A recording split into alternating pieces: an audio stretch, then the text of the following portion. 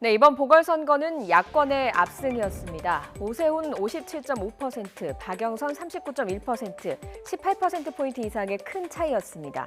하지만 불과 한두 달 전까지만 해도 야당이 이 정도의 대승리를 할 거라곤 예견하지 못했습니다. 지난 2월 초만 하더라도 박영선 후보가 오세훈 후보에게 10%포인트 이상 앞섰습니다. 두 후보 간의 지지율 격차는 정반대였던 거죠.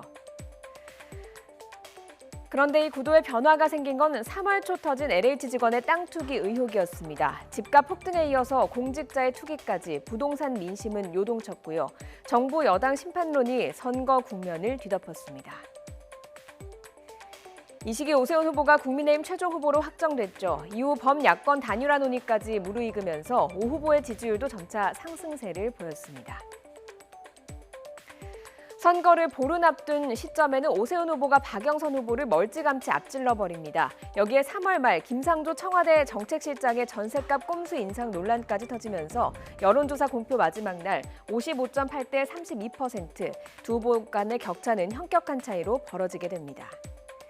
이번 선거의 민심 변화는 지난 지방선거들과 비교하면 더 명확하게 드러납니다. 당시 오세훈 시장의 사태로 나경원 후보와 박원순 후보가 맞붙었던 2011년입니다. 강남 3구와 용산구를 제외한 나머지 구에서 진보 계열의 박원순 후보가 승리를 거머쥐었습니다. 이후 정몽준 후보와 박원순 후보가 맞대결을 펼쳤던 2014년 서울시장 선거에선 송파구마저도 지금의 민주당 계열이 승기를 거머쥡니다. 이어 2018년 지방선거 당시 민심을 살펴볼까요? 당시 서울의 25개 모든 구가 민주당의 파란색으로 물들었습니다. 전통적인 보수 강세 지역인 강남권 벨트까지 민주당 우세로 나타나서 당시 보수 진영에 큰 충격을 던져줬죠. 그런데 올해 재보궐선거에서는 민심이 정확히 역전된 겁니다. 25개 모든 구가 빨간색으로 물들면서 이번 선거가 여당 심판이었다는 표심을 분명하게 보여줬습니다. 작년 총선 민주당이 서울에서 대승을 거뒀던 걸 생각하면 불과 1년 만에 민심 변화가 극적으로 바뀌었는지 알게 됐죠. 단 1년 만에 달라진 민심을 체감한 여야 정치권, 정말로 민심의 무서움을 느끼게 됐을까요?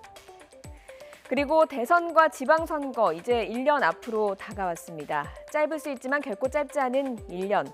내년 선거에선 어떤 정당의 후보가 진짜 민심을 얻고 영광의 주인공이 될까요? 이번 선거가 여야 모두에게 민심을 두려워하는 정당만이 민심을 얻을 수 있다는 절대 교훈을 각인하는 계기가 됐으면 좋겠습니다.